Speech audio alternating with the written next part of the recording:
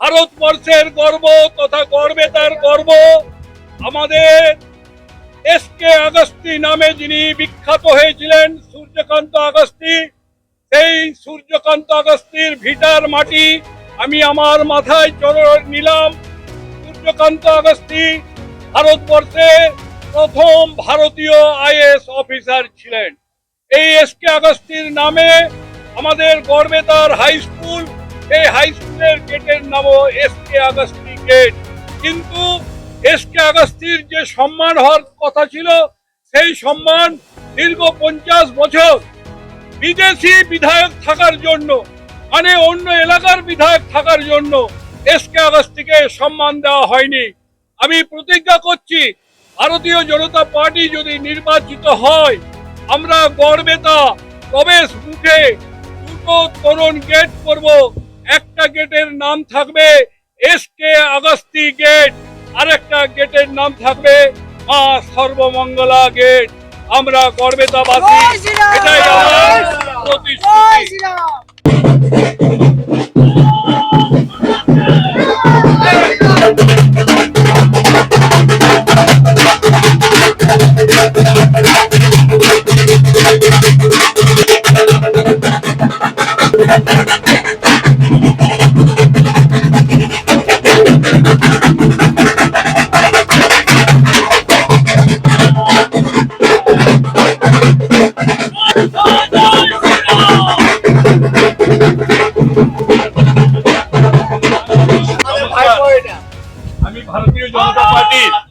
আমি ভারতীয় জনতা পার্টির পক্ষ থেকে এসেছি।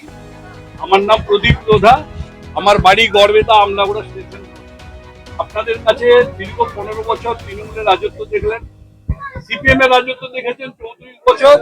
গড়বেতা যেখানে ছিল, গড়বেতা সেখানেই রয়ে গেছে। গড়বেতা হাসপাতালের কোনো উন্নতি নাই, গড়বেতা স্কুল কলেজগুলো সবগুলোই অবস্থা খারাপ। ছোট ছোট শিশুদের কোনো ভবিষ্যৎ নাই, ছেলেরা লেখাপড়া শেখার পরে তাদের কোথাও কোনো চাকরি নাই, কোনো কর্ম নাই, অন্য ভিন রাজ্যে যেতে হচ্ছে। এবং বাংলাটাকে ভাতার ভাওতার সরকার চলছে।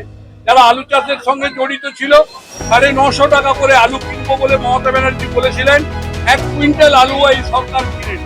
গরিব মানুষদের বাড়ি প্রধানমন্ত্রী আবাস যোজনায় আমরা 3 লাখ টাকা করে দিব বলে প্রতিশ্রুতি, কিন্তু অধিকাংশ বাড়ি মমতা ব্যানার্জি কেন্দ্রের বিরোধিতা করতে গিয়ে, মোদীর বিরোধিতা করতে গিয়ে গরিব মানুষের সর্বনাশ করছেন।